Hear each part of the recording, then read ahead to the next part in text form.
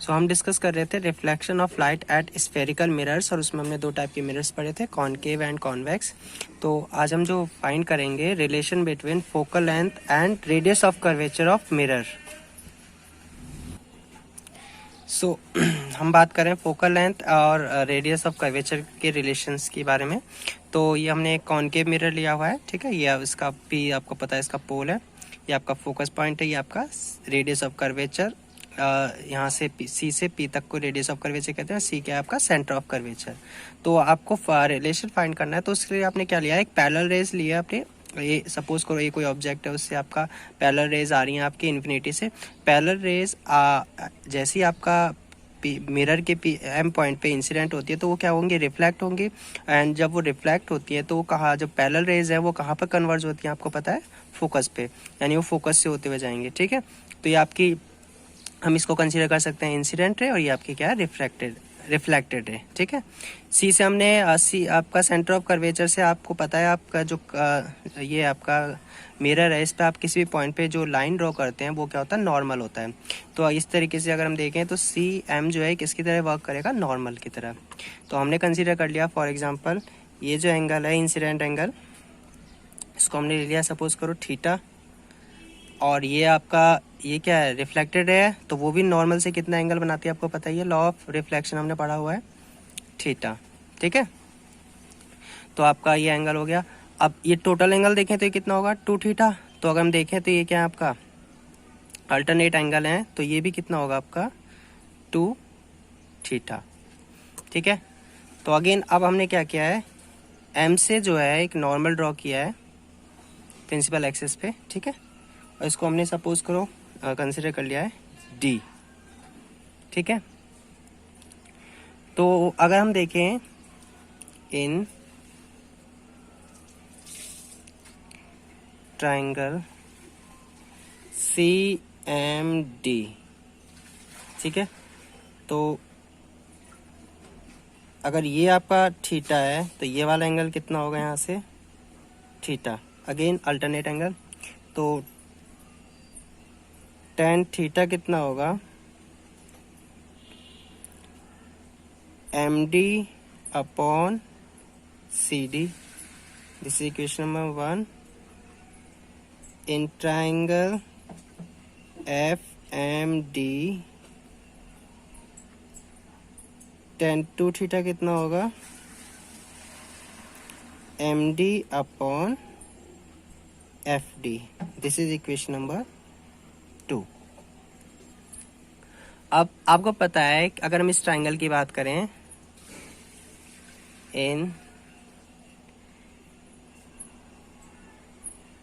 C M F, जो exterior angle होता है वो सम ऑफ क्या होता है, इंटीरियर एंगल, एक्सटीरियर एंगल, ठीक है। वो कितना है यहाँ पर, एक्सटीरियर एंगल कितना है, एम एफ डी। अब वो किसके इक्वल होता है, सम ऑफ इंटीरियर एंगल। तो एम एफ डी जो है वो इक्वल होगा कौन कौन से एंगल के, इस वाले और इस वाले एंगल के सम, यानी angle of C M D plus angle of F C M. तो ये कितना है आपका 2 थीटा, ठीक है। यानी इसको हम लिख सकते हैं थीटा प्लस थीटा, जो कि कितना है आपका 2 थीटा, ठीक है। ये हमने पहले भी ऊपर भी ड्रॉ किया हुआ है, ठीक है। इसको हमें लिखने की जरूरत नहीं है। अब हम देखेंगे if aperture of mirror is small,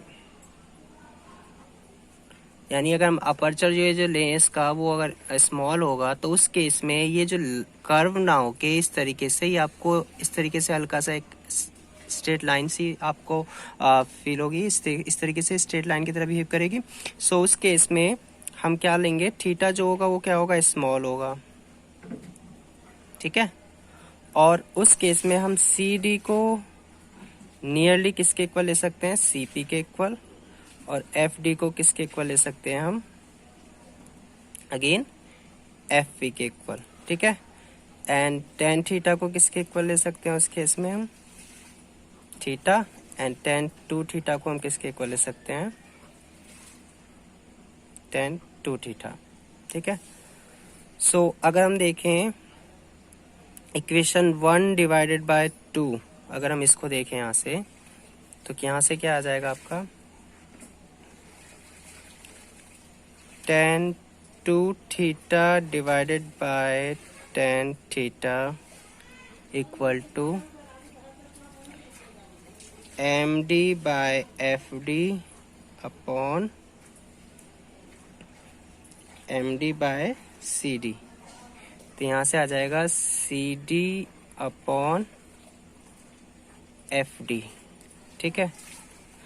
जिसको अगर हम कंडीशन, ये वाली कंडीशन यूज करें, ठीक है, सो यूजिंग 3, तो हम क्या लिख सकते हैं इसको, टू थीटा अपॉन थीटा, और ये आ जाएगा सी पी, और ये हो जाएगा एफ पी। और आपको पता है सेंटर ऑफ कर्वेचर से जो आपका पोल तक के डिस्टेंस है उसको हम क्या कंसीडर करते हैं, radius of curvature, and focus point से पोल तक के डिस्टेंस को हम क्या कहते हैं, फोकल लेंथ, ठीक है। थीटा से थीटा कैंसिल हो जाएगा, तो यहाँ से आपके पास फॉर्मूला क्या आ गया, मैं यहाँ पर लिख दे रहा हूँ। तो फॉर्मूला क्या होगा यहाँ से, F is equal to R by 2। This is your relation between focal length and radius of curvature. तो एक बार फिर से देख लेते हैं हम, ठीक है। तो आपका इस तरीके से डायग्राम है। हमने सबसे पहले ये वाला ट्राइंगल लिया है, ये सी एम डी, इसमें टेन थीटा निकाला तो क्या होगा, परपेंडिकुलर अपॉन बेस से ये आ गया। फिर हमने ये वाला लिया है, इसमें टेन थीटा देखेंगे तो क्या होगा, अगेन परपेंडिकुलर अपॉन बेस, ये आ गई इक्वेशन। अब आपको पता है इस वाले ट्राइंगल को अगर हम देखें इसको, तो क्या होगा, exterior angle is equal to क्या होता है, सम ऑफ इंटीरियर एंगल। तो ये जो एंगल है ये भी कितना होगा आपका, टू थीटा होगा, ठीक है। वो आपका यहाँ से आ गया। अब आपने क्या है कंसीडर किया, अगर अपर्चर जो है स्मॉल होगा उस केस में थीटा स्मॉल होगा, उस केस में टेन थीटा को हम थीटा, टेन टू थीटा को टू थीटा, और सी डी को सी पी और एफ डी को एफ पी कंसीडर कर सकते हैं, ठीक है। इक्वेशन 1 और 2 को हमने डिवाइड किया है यहाँ से, ठीक है, 2/1 किया है हमने, ठीक है। इक्वेशन 2 को डिवाइड किया बाय 1 से, ठीक है। एम डी कैंसिल हो जाएगा, ये आ जाएगा। इसके आपने अगेन यूजिंग क्या हुआ है, 3 इक्वेशन को यूज़ किया है, ये कंडीशन है, थीटा से थीटा कैंसिल हो जाएगा। तो ये आपका सी से पी, अगर हम देखें सी पी क्या होता है, रेडियस ऑफ कर्वेचर, और एफ पी क्या होता है आपका फोकल लेंथ। तो ये आपका आ गया relation F is equal to R by 2, ठीक है।